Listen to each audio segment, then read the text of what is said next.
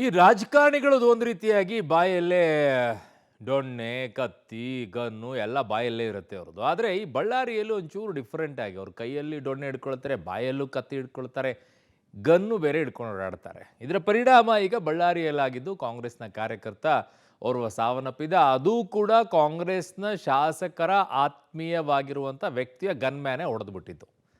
ಆದರೆ ಈಗ ಹೊಸದಾಗಿ ಬರ್ತಾ ಇದೆ, ಒಂದು ಎಕ್ಸ್ಕ್ಲೂಸಿವ್ ಆಗಿ ಸ್ಟೋರಿ ಇಡ್ತಾ ಇದ್ದೀವಿ. ಏನು ಅಂತಂದರೆ, ಇಲ್ಲಿ ಬಂದು ಕಲ್ಲು ಹೊಡೆದಂಥವ್ರು, ಖಾರದ ಪುಡಿಯನ್ನು ಎರಚಿದವರು ಎಲ್ಲಿಯವರು? ಒಂದೊಂದು ದೃಶ್ಯಗಳು ಹೊಸದಾಗಿರುವಂಥ ಸಾಕ್ಷ್ಯಗಳನ್ನು ಹೇಳ್ತಾ ಇವೆ, ಕಥೆಗಳನ್ನು ಹೇಳ್ತಾ ಇವೆ. ಆ ಸ್ಟೋರಿ ಎಲ್ಲಿದೆ? ಬಳ್ಳಾರಿ ಗಲಭೆಯಲ್ಲಿ ಶೂಟೌಟ್ ಕೇಸ್ಗೆ ಟ್ವಿಸ್ಟ್. ಗಲಭೆಯಲ್ಲಿ ಭಾಗಿಯಾದವರು ಹೊರಗಿನವರ, ರಾಯಲಸೀಮಾದಿಂದ ಬಂದು ದಾಂಧಲೆ ಎಬ್ಬಿಸಿದ್ರ?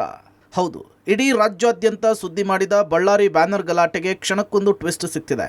ಕೈಯಲ್ಲಿ ದೊಣ್ಣೆ ಹಿಡಿದು ಘರ್ಜಿಸಿದವರು, ಮಚ್ಚನ್ನು ಹಿಡಿದು ಆರ್ಭಟಿಸಿದವರು, ಗನ್ ಹಿಡಿದು ಗುಟುರು ಹಾಕಿದವರು ಇನ್ನೊಂದು ಮುಖ ರಿವೀಲ್ ಆಗಿದೆ. ಬಳ್ಳಾರಿಯಲ್ಲಿ ನಡೆದ ಗಲಾಟೆಯ ಒಂದೊಂದು ದೃಶ್ಯಾವಳಿಗಳು ಒಂದೊಂದು ಕಥೆಯನ್ನು ಹೇಳ್ತಾ ಇದೆ. ಒಂದೊಂದು ವಿಡಿಯೋಗಳು ಒಂದೊಂದು ಸಾಕ್ಷ್ಯಗಳನ್ನು ತೆರೆದಿಡ್ತಾ ಇದೆ.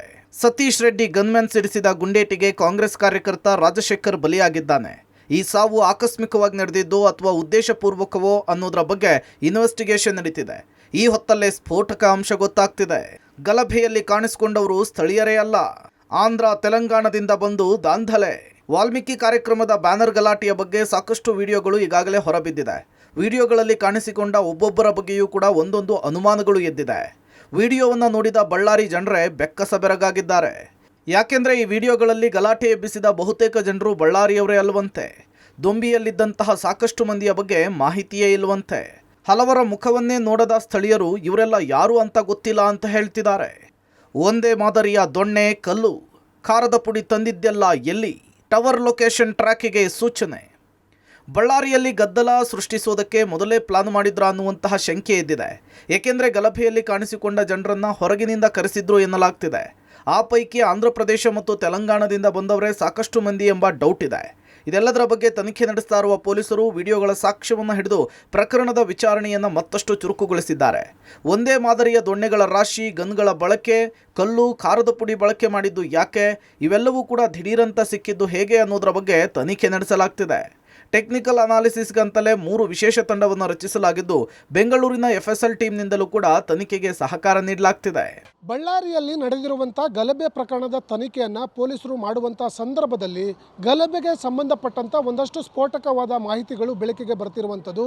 ಇನ್ನೊಂದು ವಿಶೇಷ ಏನೆಂದರೆ, ಅಲ್ಲಿ ಗಲಭೆಯಲ್ಲಿ ಭಾಗಿಯಾಗಿರುವಂಥ ಜನರೇನಿದ್ದಾರೆ ಅವರು ಯಾರು ಕೂಡ ಬಳ್ಳಾರಿ ಜನ ಅಲ್ಲ ಅನ್ನುವಂಥ ಮಾಹಿತಿಗಳು ಕೂಡ ಗೊತ್ತಾಗ್ತಿರುವಂಥದ್ದು. ಈ ಪೂರ್ವ ನಿಯೋಜಿತವಾಗಿ ಈ ಒಂದು ಗಲಭೆಯನ್ನು ಮಾಡಿಕೊಳ್ಳಿಕ್ಕೆ ಆಂಧ್ರ ಮತ್ತು ತೆಲಂಗಾಣದಿಂದ ಜನರು ಬಂದಿರುವಂಥ ಶಂಕೆ ಈಗ ವ್ಯಕ್ತವಾಗಿದ್ದು, ಪೊಲೀಸರು ಪ್ರಕರಣದ ತನಿಖೆಯನ್ನು ಮಾಡಿ ವರದಿ ಕೊಡುವಂತೆ ಅಲ್ಲಿಯ SP ಗೆ ಹಿರಿಯ ಅಧಿಕಾರಿಗಳು ಸೂಚನೆ ಕೊಟ್ಟಿದ್ದಾರೆ ಅನ್ನುವಂಥ ಮಾಹಿತಿಗಳು ಕೂಡ ಗೊತ್ತಾಗ್ತಿರುವಂಥದ್ದು. ಅದರ ಜೊತೆಗೆ ಈಗಾಗಲೇ FSLಗೆ ಕಳಿಸಿರುವಂತಹ ವರದಿಯ ಆಧಾರದ ಮೇಲೆ ಸಂಪೂರ್ಣವಾದ ತನಿಖೆಯನ್ನು ಮಾಡಿ ವರದಿಯನ್ನು ಕೊಡಲು ಸೂಚನೆಯನ್ನು ಕೊಟ್ಟಿದ್ದಾರೆ ಅನ್ನುವಂಥ ಮಾಹಿತಿಗಳು ಈಗ ಗೊತ್ತಾಗ್ತಿರುವಂಥದ್ದು. ಆಂಧ್ರ ಪ್ರದೇಶ, ತೆಲಂಗಾಣದಲ್ಲಿರುವಂತಹ ಒಂದು ಸ್ಪೆಷಲ್ ಟೀಮ್ ತನಿಖೆ ನಡೆಸ್ತಿದೆ. 15 ದಿನದ ಟವರ್ ಲೊಕೇಶನ್ ಟ್ರ್ಯಾಕ್ ಮಾಡಿದ ಪೊಲೀಸರು CDR ಹಾಕಿದ್ದಾರೆ. ಬ್ಯಾನರ್ ಕಟ್ಟಲು ಅಥವಾ ಬಳ್ಳಾರಿ ಕಾರ್ಯಕ್ರಮಕ್ಕಾಗಿ ಹೊರಗಿನಿಂದ ಬಂದವರ ಬಗ್ಗೆಯೂ ಕೂಡ ತನಿಖೆ ನಡೆಸಲಾಗ್ತಿದೆ. 3 ದಿನದಲ್ಲಿ ಪ್ರಕರಣದ ಕಂಪ್ಲೀಟ್ ರಿಪೋರ್ಟ್ ಸಲ್ಲಿಸಲು ಬಳ್ಳಾರಿ ನೂತನ SPಗೆ IGP ಹರ್ಷ ಗುಪ್ತಾ ಸೂಚನೆ ಕೊಟ್ಟಿದ್ದಾರೆ.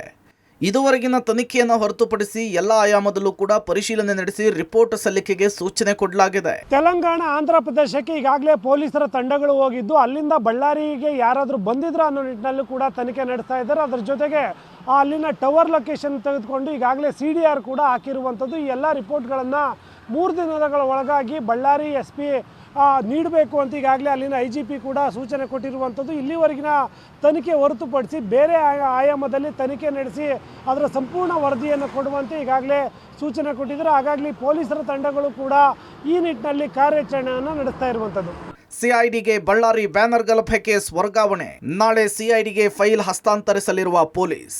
ಬಳ್ಳಾರಿ ಬ್ಯಾನರ್ ಗಲಭೆಯ ಪ್ರಕರಣವನ್ನು ಈಗಾಗಲೇ CIDಗೆ ವರ್ಗಾವಣೆ ಮಾಡಲಾಗಿದೆ. ನಾಳೆ CIDಗೆ ಕೇಸ್ ಫೈಲ್ ಹಸ್ತಾಂತರವಾಗಲಿದೆ. ಬಳ್ಳಾರಿಯ ಬ್ರೂಸ್ಪೇಟೆ ಠಾಣೆಯಲ್ಲಿ ದಾಖಲಾಗಿರುವ ಕೇಸ್ ಬಗ್ಗೆ ಪೊಲೀಸರು ಒಂದು ಹಂತದ ತನಿಖೆ ನಡೆಸಿದ್ದಾರೆ. ಈಗ ತನಿಖಾಧಿಕಾರಿಗಳು CIDಗೆ ಕೇಸನ್ನು ಹಸ್ತಾಂತರ ಮಾಡಲಿದ್ದು, ಕೇಸ್ ಫೈಲ್ ಹಸ್ತಾಂತರದ ಬಳಿಕ ಬಳ್ಳಾರಿಗೆ CID ಟೀಮ್ ಎಂಟ್ರಿ ಕೊಡಲಿದೆ. ಹೌದು, ನಾವು ನಿನ್ನೆ ಮುಖ್ಯಮಂತ್ರಿಗಳ ಜೊತೆಯಲ್ಲಿ ಕೂಡ ಮಾತನಾಡಿ ಅದನ್ನು ಆದೇಶ ಹೊರಡಿಸಿದ್ದೇವೆ. ಅವರು ತನಿಖೆ ಮಾಡಲಿ. ಯಾಕೆಂದರೆ ಇವು ವಿರೋಧ ಪಕ್ಷದವರಿಗೆ ಏನೋ ಮುಚ್ಚಿಡ್ತಾ ಇದ್ದಾರೆ ಅನ್ನುವಂಥದ್ದು ಅವ್ರಿಗೆ ಅನಿಸಿರ್ಬೋದು. ಅದಕ್ಕೆ ಅದೆಲ್ಲ ಇನ್ವೆಸ್ಟಿಗೇಟ್ ಮಾಡಿದ್ರೆ ಗೊತ್ತಾಗುತ್ತೆ, ನಿಜ ಏನು ಅಂತ ಹೇಳಿ ಗೊತ್ತಾಗುತ್ತೆ. ಆವಾಗ ಅದನ್ನು ನಾವು ಸಾರ್ವಜನಿಕವಾಗಿ ಅದನ್ನು ತಿಳಿಸ್ತೇವೆ. ಒಟ್ನಲ್ಲಿ ಬಳ್ಳಾರಿ ಗಲಭೆಯ ಕೇಸ್ ಸಿಐಡಿಗೆ ವರ್ಗವಾಗಿದ್ದು ಪ್ರಕರಣದ ಹಿಂದಿನ ಎಲ್ಲ ರಹಸ್ಯ ತನಿಖೆಯ ನಂತರ ಹೊರಬೀಳಲಿದೆ. Bureau report, public TV.